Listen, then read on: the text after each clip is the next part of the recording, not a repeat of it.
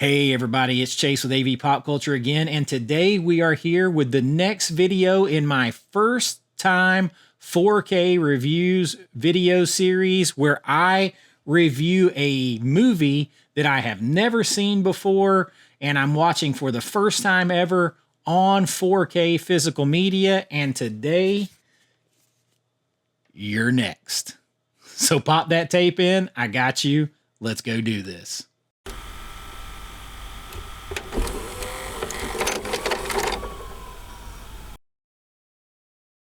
All right, so I have, just like a lot of people out there that you've seen, I just got the awesome box set in of You're Next from Second Sight, their release on 4K. And the difference for me is this watching, believe it or not, was the first time I have ever seen You're Next. So this movie's already been out like what, 12 years. I think it was first released at a festival in 2011. I think it got, and then it was kind of shelved for a couple of years. And then it was released in the United States, had a theatrical run, I think starting in 2013. So this is one of those kind of early mid 2000s. So like this was back when I was like around, like a couple years, few years after I started doing my own filmmaking with digital cameras. So like this is when you had the boom of the digital DSLR cameras. So that was shooting in high definition full frame. And then the next thing to come along was like the different red cameras and things like that. And, you know, it made filmmaking accessible to indie filmmakers. And you got a rash of movies in sort of this realm, this space where, you know, you had for the first time ever out there in the indie world, legitimate, like professional quality equipment that you could make movies with. And so we started getting a lot of horror movies. I contributed that to that myself, shooting with digital. And this film is a digitally shot movie. So when you go back now to look, to restore it to 4K, it's really no problem to shoot it in 4K. And I can't remember which camera this was shot with. All right, so I wanted to double check myself. And remember, this was shot, it says the technical specs on this, that it was shot with a Red 1 camera. I feel like I heard that it was also shot with a different digital camera as well. But it says the primary acquisition was a Red 1 camera. Red 1 cameras were like the first big red camera, the first thing that came out in 4K, really 4K, where independent people could actually get their hands on them.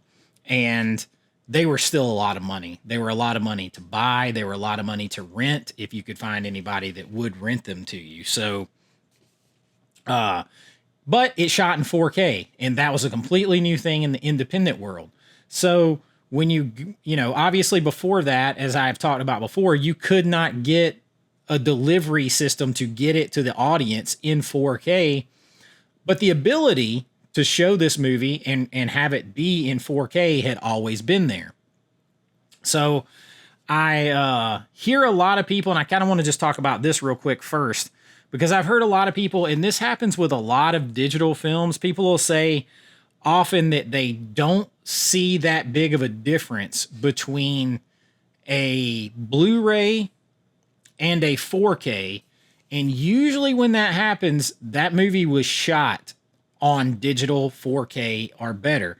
And the reason is, and I even wanted to make myself a note here because I've just been seeing this comment again and again. When a movie is shot in digital cinema 4K with a 4K digital camera that's shoots in 4.4K, 4.5K, 6K, or whatever, it's already there. So all they're doing is kind of compressing all of that information down to a 1080p Blu-ray disc. And there's a lot less loss there than when you take film. And so a lot of times people will also say, Oh, well, the Blu-ray of this film looked great. And they made the Blu-ray from a 4K restoration where they did a 4K scan, restored the film, and put it on Blu-ray. Well, that's because they took all that information and condensed those pixels down, right? And it's much easier to do though with when it's already digital. You get a far less lossless quality and it doesn't change the look the same way it does with film. Like, so even if you take a 4K film scan and compress it down to a Blu-ray, you're going to have some loss. You can have some artifacting, things like that. You're going to have less of that when when it was shot digital to start with. So all you're doing then with those digital pixels, you're just condensing them down. So you're taking all this information and putting it into a tighter, smaller spot. So you're usually not losing a lot. You're just condensing it down. So there's more information per little spot that you're looking at. So sometimes it can look really, really good, because you basically have, it's like you've condensed it down and but that can also lead to like a Blu-ray looking more contrasty or the colors looking different than they do on the 4K because of that. So it's kind of a give and take there, but I just kind of wanted to mention that because I've been hearing that a lot, and particularly with digital shot films. And I just did my top 10 digitally shot 4Ks that I think everybody should have in their collection. The reason I picked those though is because they not only are they good movies that I like, but they look way more film-like by the way they were shot and the way that it was delivered to you. And so with this movie, it looks good. It was shot in 4K digital. Now the shooting methods, you get in sometimes and you can go a little more not really like handheld, because the Red One particularly was still a heavy, good sized camera with everything on it. But you try to kind of go in for a stylized situation. But this is delivered, in standard Ultra HD here, and it's a good looking picture, but it does I had just talked recently about Desperado and how the color treatment and the way that film was supposed to look, very washed out and sandy tones.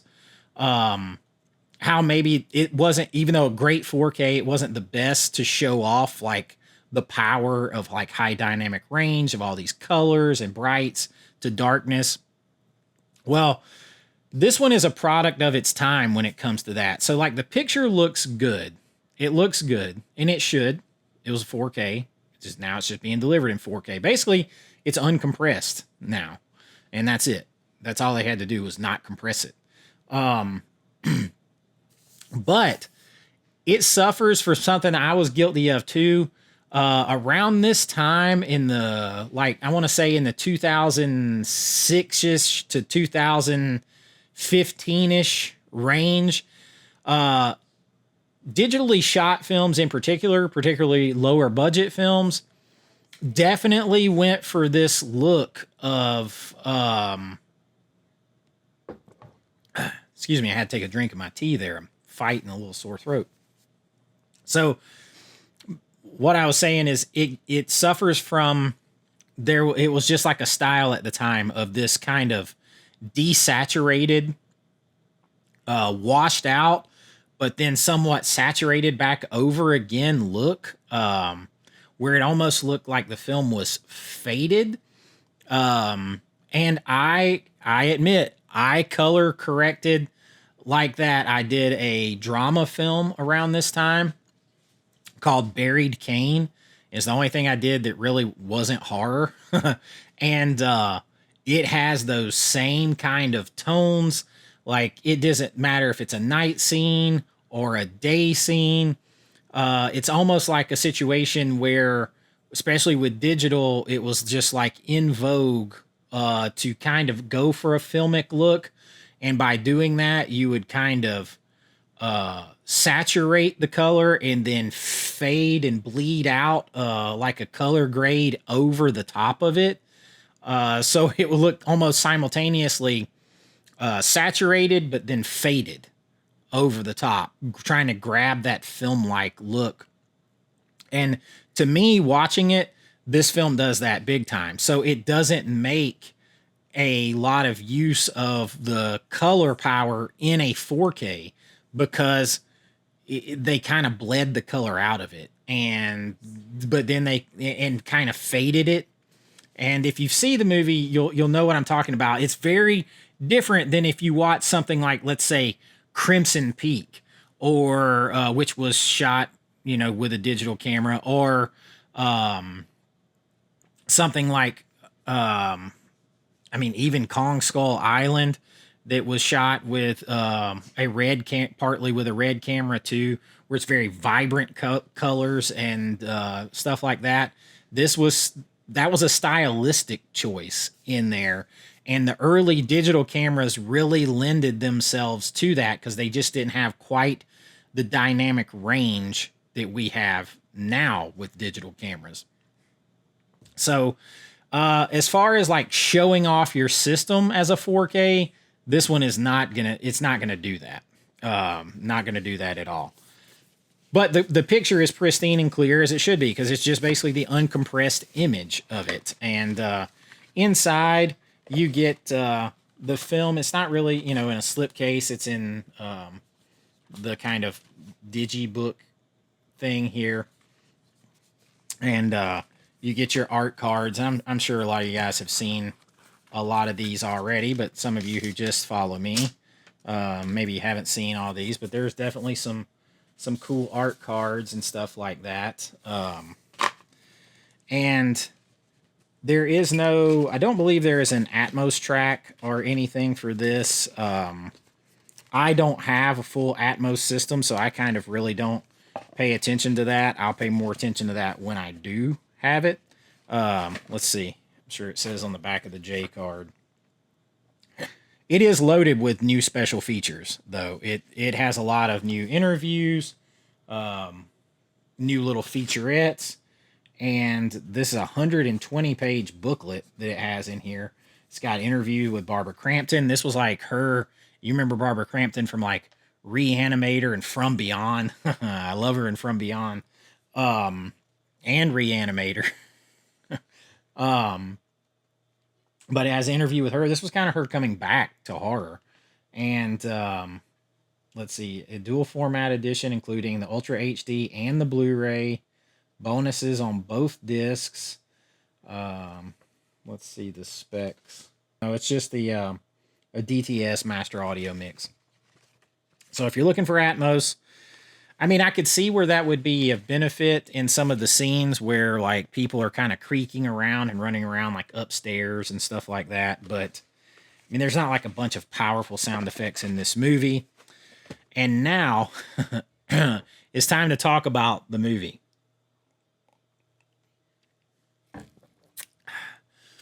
I know this movie has a lot of there's big fans and stuff of this movie out there. This was my first time watching, and it was not for me. I'm gonna be nice and say that it was not for me. It was almost like, so I had no idea that a lot of the male actors were also indie filmmakers in the movie. I didn't know that going in. And I texted my buddy Brian, I'm dragging you into this, over at the Last Movie Standing, and I'm like, man, the acting is kind of bad, and the dialogue at the beginning of this movie is not that great. It's very pretentious. I said, there's a lot of pretentiousness just dropping off of it. And he said, well, did you know that all of these guys are like filmmakers? And I was like, oh.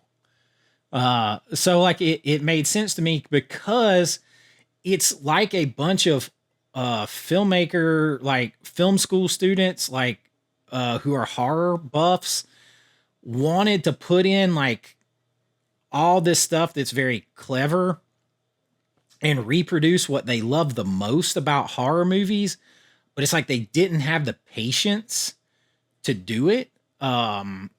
So like the last act is really good, but if you didn't see the last act coming, like I knew that, like I have never seen this movie. I can't even remember watching a trailer, but I knew I knew the twist that was coming in at the end of this, like a mile away. And that would be another issue I would think would be with the movie is once you know that twist, it's going to take a lot away from the movie on any rewatch. Even if you're a big fan, it's got to take a lot away on the rewatch because so much rides on that twist as being like a big moment. So once that's gone, then it's just waiting to see people kill other people, and those never scare me. I'm not the person that like is into. I don't like torture porn, as they call it. I'm not into the gratuitous torture stuff. And I feel like this borders on that just a little bit. And because I'm not like monsters and particularly like ghosts and demon stuff scares me way more because I just feel like no matter what, I'm going to have a fighting chance against a human. So, it just doesn't, that part doesn't hit me, but that has nothing to do with the movie. That's me personally. But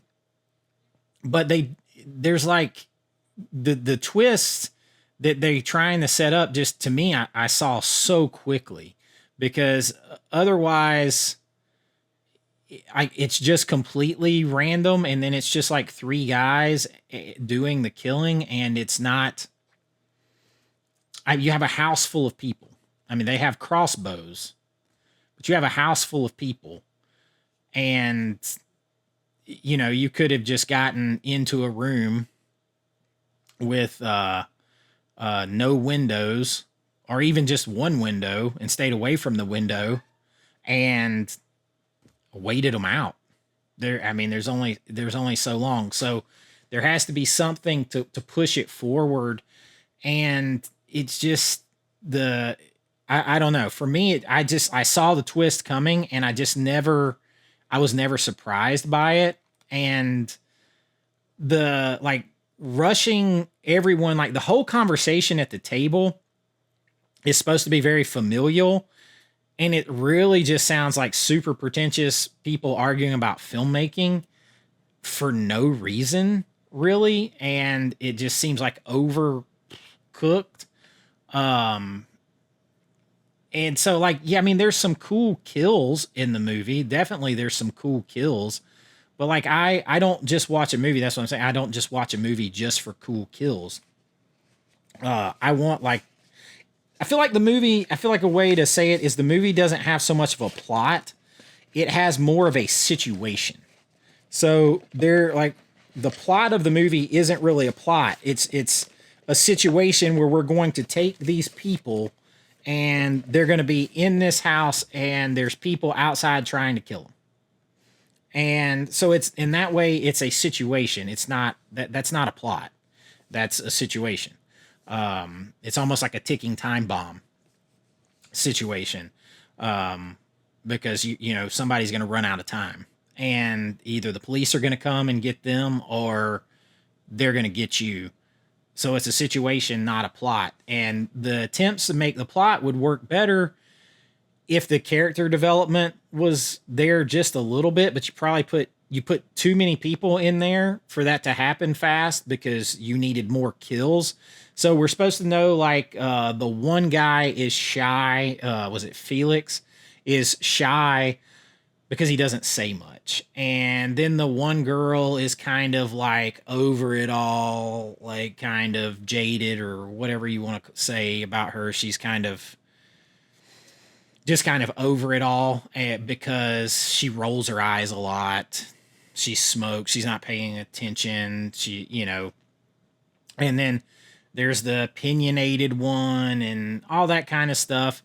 And then randomly we get an explanation of Aaron, who the final girl is awesome. She's really cool. But it's like all of a sudden she just becomes this badass, and our whole explanation for it is like a little throwaway explanation that she grew up with, like people who were like survivalists. Her family were like survivalists. So all of a sudden she is like this badass. Well, you would think that her boyfriend knows that. Like, you would think that you would think that the guys that are there with her, that her boyfriend knows that about her. And if this is all part of his plan, he probably should have accounted for that. But she also waits until almost everyone is wiped out to do anything.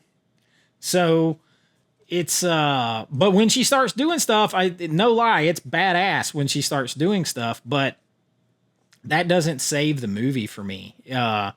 It's not one that like, I'm not like sad to have this, but it's also one that I watched this time, and it's going to go over here in my second sight collection. And I don't know when I will revisit it. I won't be in any hurry to revisit it. It doesn't, maybe if I had seen it, 12, 13 years ago, when even then it would not have been my flavor of horror, and that's fine. Everybody has different tastes when it comes to that. This one just falls outside of mine. I do like the final girl, but I just think I think it doesn't have a lot of rewatchability because it relies so much on the twist. And I think that, I think you could see the twist. It like you should have been able to see this twist coming though. So easy. And like the motivation for this whole thing is not earned. It's not earned. It doesn't like really go into enough explanation as to why you would need to do this for money. If your family has so much money, why would you need to do this for money? That's not earned enough. It's just like, okay, we're going to put these people in here and think of cool ways to kill them. Again, a situation, not a plot. And we're going to say it's for money. Like, but if you come from an extraordinarily wealthy family, then having like some student loans, like why do you even have student loans? Or, why can't you get the money to pay it off? It just doesn't feel earned. Or all because you're impatient. Also had a little problem with like, understand that the final girl is supposed to, I guess, been trained by a survivalist family, and that's why she can do this. But like, she doesn't just like double tap, like, make sure they're dead. Like when she kills somebody, it's like, she keeps going on and on and on to the point where it's like she's enjoying it more than the murderers, than the people who were hired to do this were enjoying it. And I can understand taking revenge, sure, but at this time they really hadn't killed anybody that she really gave a shit about that much. So that also was just kind of like, it was almost sadistic how much she loved it, and like all of a sudden she's able to rig traps. Like that was very Home Alone style. I don't know that doomsday prepping like teaches you how to do that stuff real quick. That very much the axe over the door and stuff like that was very Home Alone to me. Very, very Home Alone. So for me, it's just kind of all over the map. It's almost like these guys who are all filmmakers, and they're talented for sure, but it's all like they had a checklist of stuff they wanted to put in the movie, and they weren't real sure about how to go about getting it all into the movie. But I do think the final act, like the final 15, 20 minutes of the movie, like for me, it saves it from just being completely unwatchable. And I know that sounds harsh, but she's cool as the final girl. There's some cool kills, but it just, for me, it's not one that I'm going to be rushing after my first time watch to go watch again. The 4K does look great, but like I said, with the color treatments and the color grading, it's also not one that's going to show off that high dynamic range real well. It's not going to show off a huge variation in color. And it doesn't have Atmos if that's something that you're looking for. But it is a badass, beautiful box set here by Second Sight. I am a fan of Second Sight. I am happy to have it in my collection. I'll put it over with all my other Second Sight stuff that you can't see behind me over here. I don't think it's the best looking 4K they've done by any stretch of the imagination, but they always do solid work. And if you're a fan of this movie, I would think that this is the version that you're going to want to get. If you're a fan of this movie and you're looking for the definitive version, like I do, I'm looking for the best versions of the movies that I love. This is the version that you're going to want to get. It has everything you're going to want, tons of extras, tons of details, a nice 4K, tons of art cards, all that kind of stuff. It's all here. Second Sight does a great job. But that is my 4K review of this film, of Your Next. That is my first time watch, and let me know what you think. I'm sure that there's a lot of people going to be shocked that I don't like it. There's a lot of big fans of this movie. It's not one that's like in my wheelhouse. But if you've enjoyed this, please like and subscribe. We do all kinds of things. I do these 4K reviews. I do lists. I do rankings. I do physical media news. We talk all of it all the time. All things pop culture are relevant here.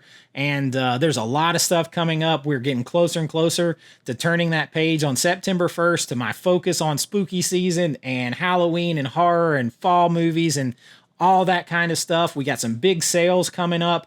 Lots of things out there, and I'll be here to cover it all for you and have a lot of fun. I appreciate you hanging out with me. You can join below at my Patreon. The link is below, or right here on YouTube. You can become a member of the Pop Culture Friends family. You can become a pop culture icon, get behind the scenes looks at my filmmaking and things like that I'm talking about with color grading and scene study and all kinds of things like that. Short films that I've made, special videos, your shout outs right here on every single video, all kinds of stuff. But as I always say, you don't have to do any of that to hang around. Just like, subscribe, ring that bell, spread the pop culture word. And until next time, be kind, rewind like always. This is Chase with AV Pop Culture, and I'll see you real soon. Bye-bye. I know.